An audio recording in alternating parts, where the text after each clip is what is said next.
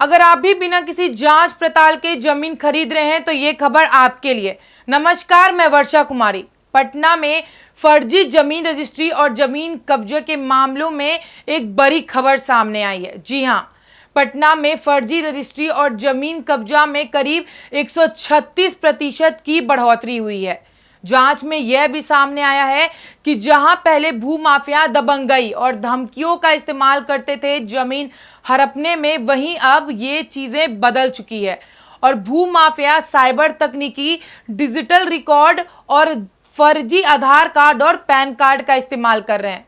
इसके साथ ही इस चीज में सिर्फ एक व्यक्ति ही नहीं बल्कि एक गिरोह शामिल है और इसका एक संगठन भी है।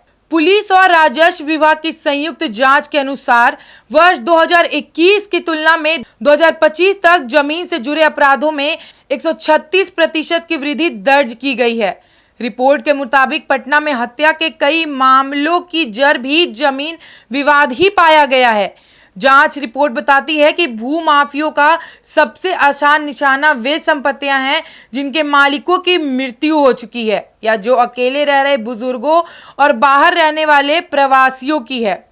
वर्ष 2021 में मृत व्यक्तियों की जमीन से जुड़े 11 मामले थे, जो 2025 में बढ़कर 39 हो गए। यह 254% की वृद्धि है। कुल 312 मामलों में से 118 मामले 37.8% सीधे तौर पर मृत व्यक्तियों के जमीन हड़पने से जुड़े हैं, जिनमें फर्जी मृत्यु प्रमाण पत्र और नकली वारिस तैयार करने जैसे मामले शामिल हैं। 60 वर्ष से अधिक उम्र के लोगों से जुड़े मामलों में भी लगातार बढ़ोतरी दर्ज की गई है।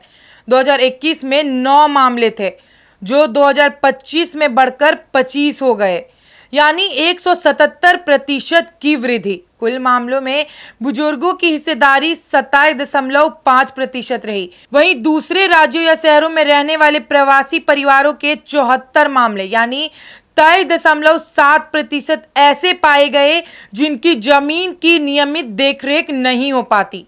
जांच में यह भी सामने आया है कि भूमि सर्वे, ऑनलाइन खाता खसरा और नगर निगम टैक्स रिकॉर्ड जैसे डिजिटल डेटा अब अपराधियों के लिए बड़ा हथियार बन चुका है।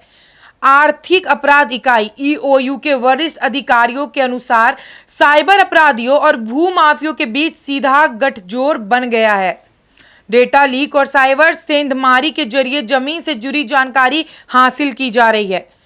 5 वर्षों में 47 मामलों में फर्जी आधार कार्ड, 29 मामलों में नकली पैन कार्ड और 63 मामलों में फर्जी पावर ऑफ अटॉर्नी का इस्तेमाल कर जमीन ट्रांसफर करने की कोशिश की गई।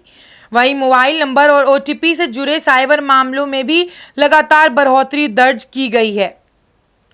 कंकरबाग 31 मामले, दानापुर 38 मामले, बिहटा 34 मामले, फुलवारी शरीफ 29 मामले और संपत चक 24 मामले।